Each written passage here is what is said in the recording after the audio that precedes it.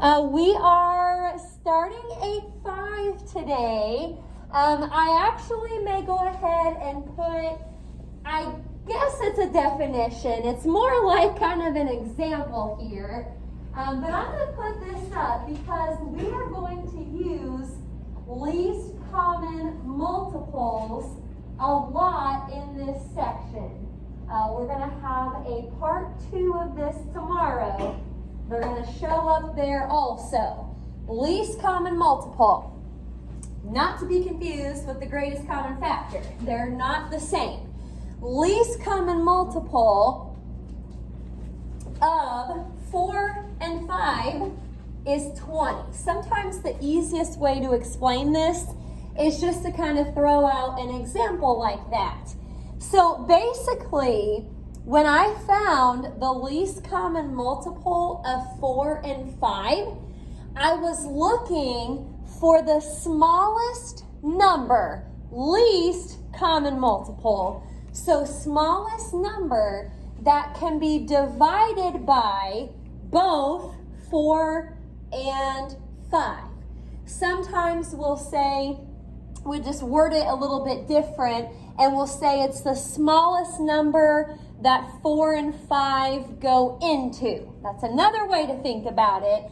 Now, you're not thinking of a number that will go into 4 and 5. That would just be a 1, the only thing they have in common. But that's not what we're doing. We want to know what they go into. Smallest number that can be divided by both of them. Now, we're going to be doing LCM stuff with numbers, but also with variables. So the purpose of the first couple examples is to just figure out, in general, how to find the LCM, the least common multiple. Okay, and like I said, it's not just going to be numbers, there's going to be some variables mixed in. So directions say, find the LCM of each set of polynomials. Find the LCM of each set of polynomials. Okie doke. Now, as I work through at least the first example, I'll probably do it on the second one also. I'm going to try to put some steps up here, some things that you have to think about. Number 1, the polynomials here are 6xy, 15x squared, and then 9xy to the 4th. Again, you're not thinking about greatest common factors. It's least common multiples. Very different. If I was doing the greatest common factor, for the numbers, I would try to look for the biggest number that goes into 6, 15, and 9, but not today. We're looking for what those numbers go into. Okay, so first of all, let's just start there. Before we even think about the variables in this problem, we are just going to look at the numbers. Let's find the LCM, least common multiple, of 6, 15, and 9. Now, I'm pretty familiar with the, multiples of 6 and the multiples of 9. 6, you've got 6, and then 12, and then 18, 24, blah, blah, blah. 9, I know you got 9, 18, 27. I'm just thinking about what they go into. I'm not real familiar with the 15.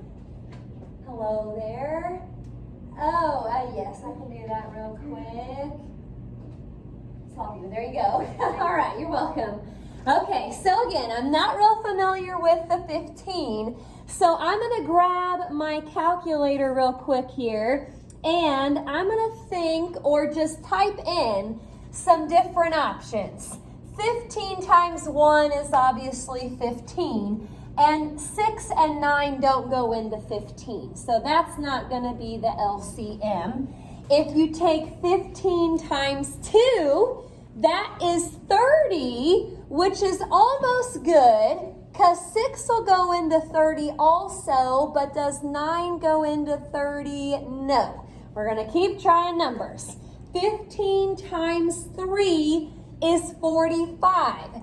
Now, 9 will go into 45. You can take 45 divided by 9 nicely, but you can't take 45 divided by 6 nicely. So I'm going to keep going. 15 times 4 is 60. Now, 6 will go into 60, of course, but I don't think you can take 60 divided by 9. Anybody find a number that works yet? Yeah, it's not real small here, but turns out the smallest number that 6, 15, and 9 go into is 90. So that'll be part of our LCM. That's for the numbers. Okay, let's go ahead and find the LCM of the variables. Now, again, you kind of have to switch gears in your brain a little bit. You're not thinking greatest common factor. We're thinking least common multiple. So basically, I put up here for the second step, you're going to need to find what I call the biggest of each variable that you see. The biggest of each variable that you see. So I'm not saying that they all have to have the variable. That's not really what we're doing here. It's just what it says, the biggest of each variable that you see. So looking at these polynomials, I see the variable x. What's the biggest x that you see? X squared. So I'm going to go ahead and put that x squared down here. Now the y's. Again, they don't all have to have a y. It's not greatest common factor. We're just going to pick the biggest of each variable that we see. I see y. This is y to the first. This is y to the fourth. That's obviously the biggest y that we see. So to actually say what the LCM is, we're just going to put that stuff together and say that it's 90 x squared y to the fourth. That is the least common multiple of 6xy, 15x squared, and 9xy to the fourth. Okie doke. Let's try another one here. These are kind of weird at first, but I promise it'll start to click here in a minute. Number 2, 12a squared b, 15 abc, and then 8b cubed c to the fourth. All right, like the last problem, I'm going to break this down into steps. So step 1, I'm thinking of the 12, 15, and 8. I want the smallest number that those will all go into. Now, on your calculator, you can just start trying things out. It doesn't matter which number you start working with.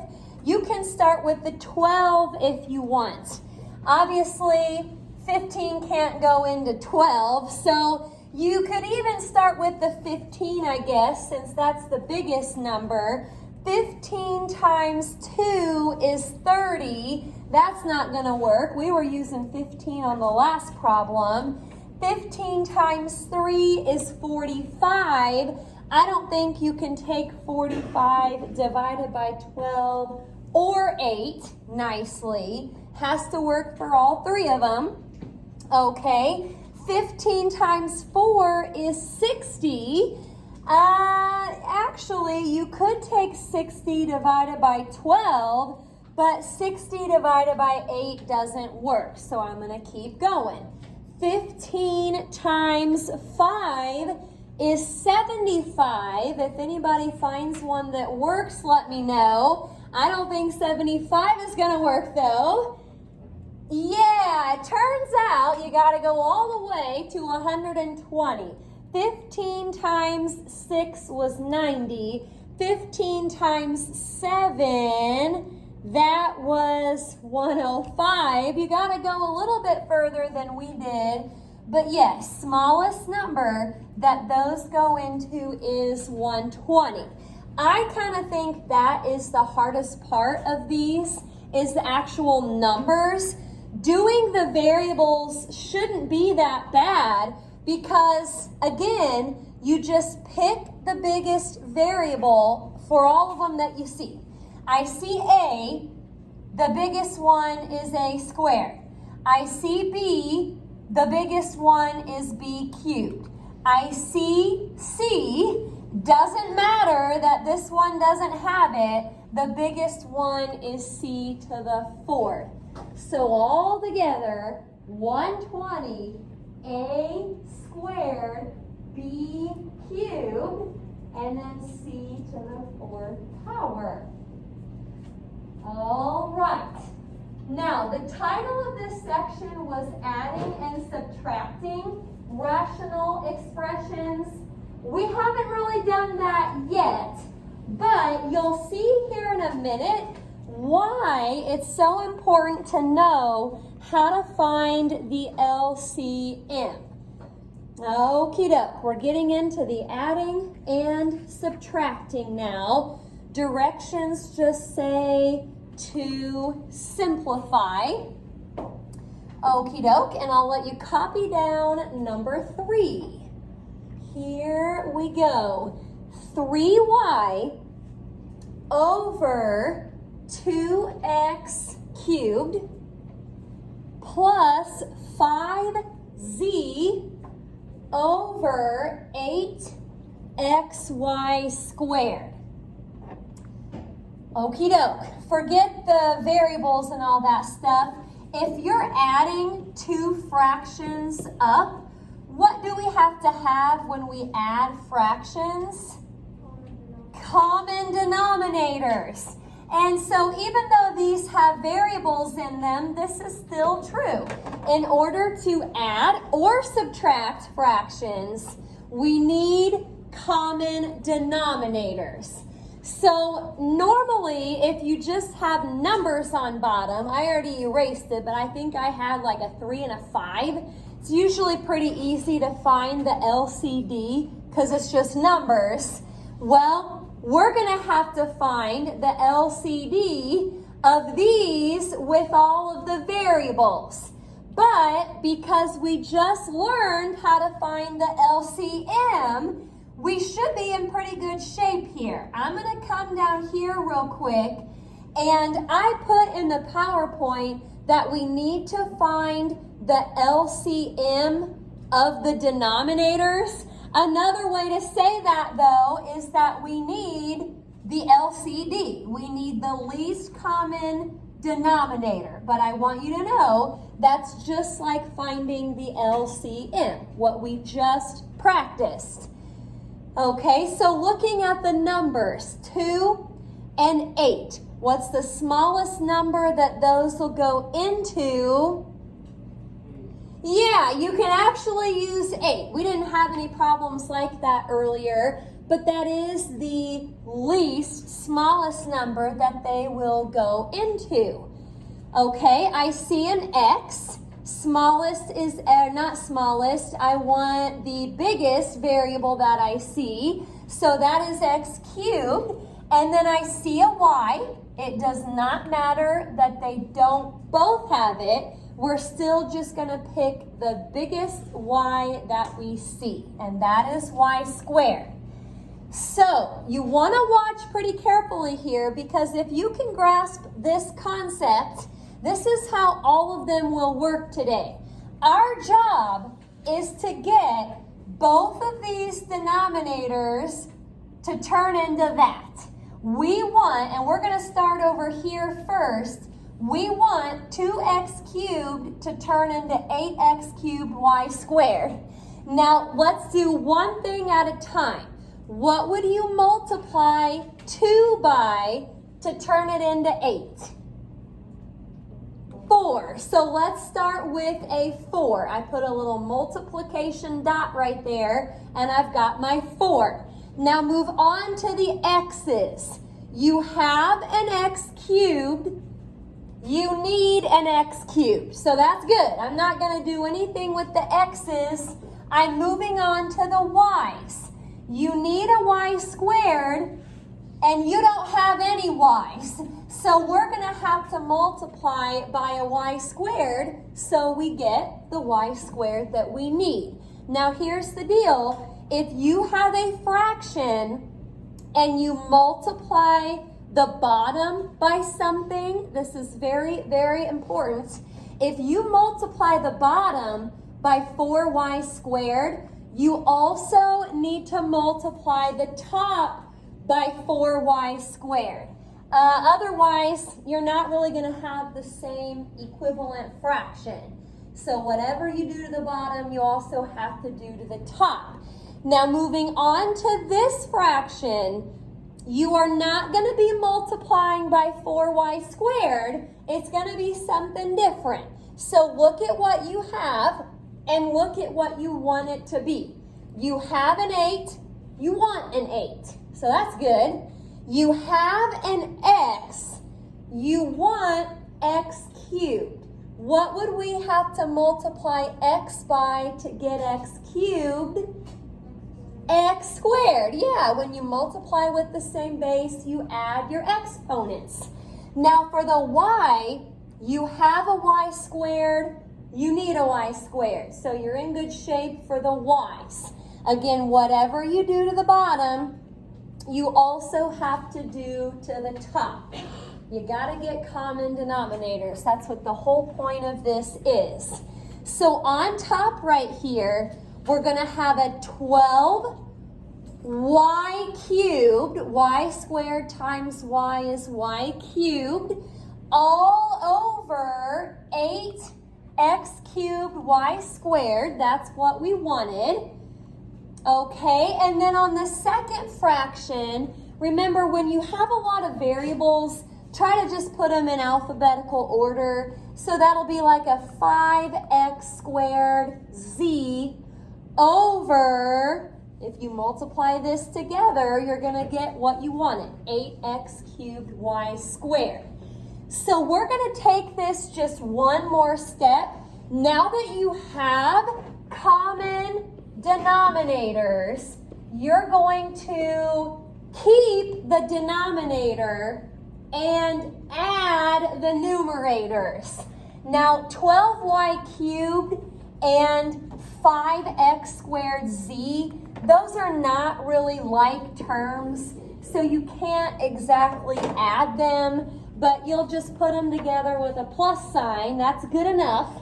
And all of it is over 8x cubed y squared. That was the least common multiple of the denominators, or in other words, that was the LCD.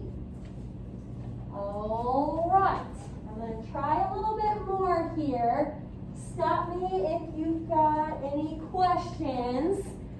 So here we go. Number 4, subtraction. But you're still going to have to get common denominators. Got a y squared over 8c squared d squared, and then minus 3x over 14c to the 4th d. All right, let's figure out what the LCD is. The least common multiple of the denominators. I'm pretty familiar with the multiples of 8. 8, 16, 24, 32. 14 I'm not sure about. If you take 14 times 2, that's 28, and you can't put an 8 into that. 14 times 3 is 42, but 8 doesn't go into 42.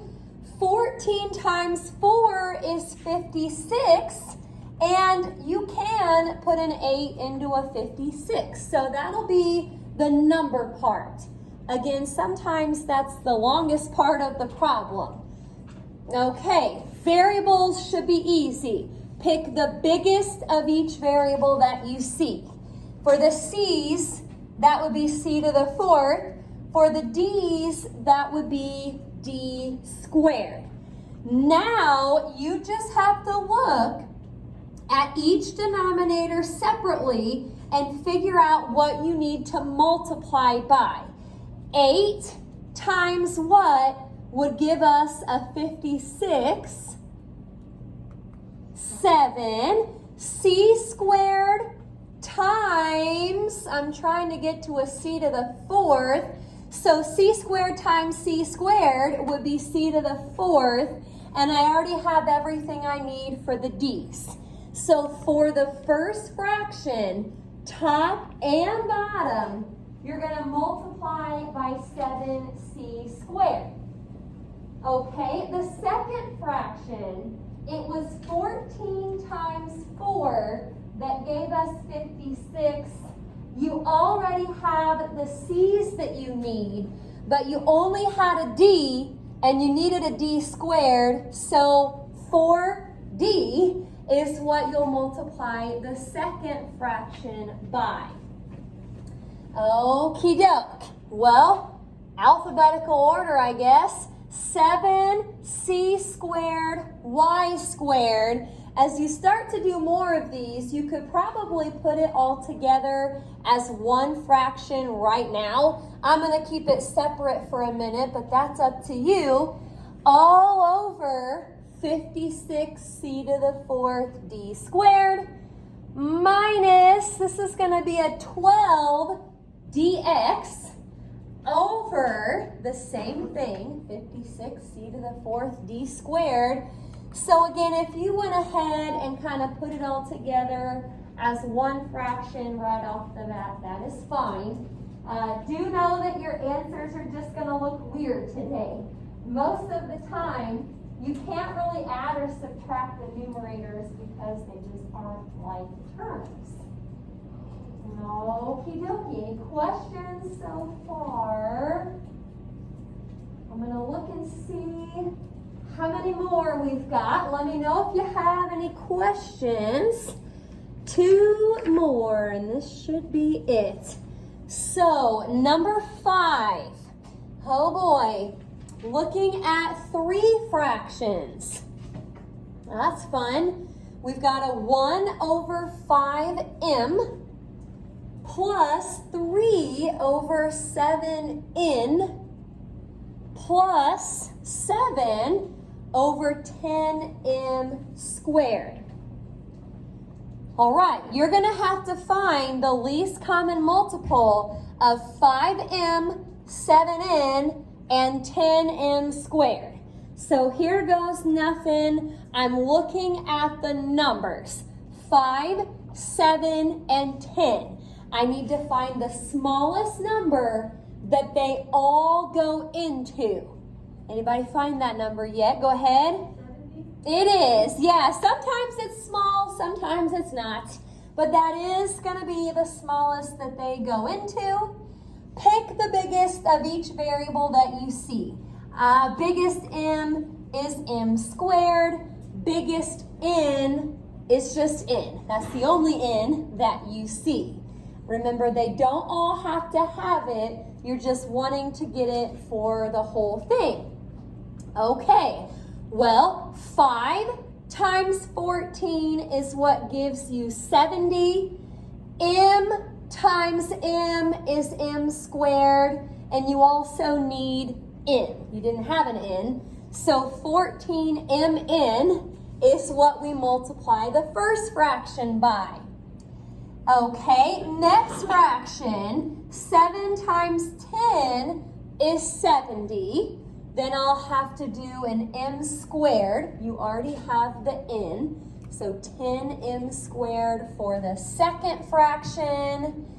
And last but not least, 10 times 7 is 70.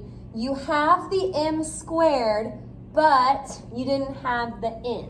So 7n is what we do the third fraction by. Okie doke. 14mn times 1 is 14mn. On the bottom, you're just going to get the denominator that you already knew you were going to have, plus 30m squared over 70m squared n, and then 49n for the last fraction. We are still going to put this together, even though it looks weird with the 3 parts, but that'll be what we need for number 5. Now, I'm looking at number 6, and it's a lot like number 5, so we can probably do without it unless you guys really want to do it. I know, it's disappointing. If you want to do it, I can put it up here, but I think that's probably good for today.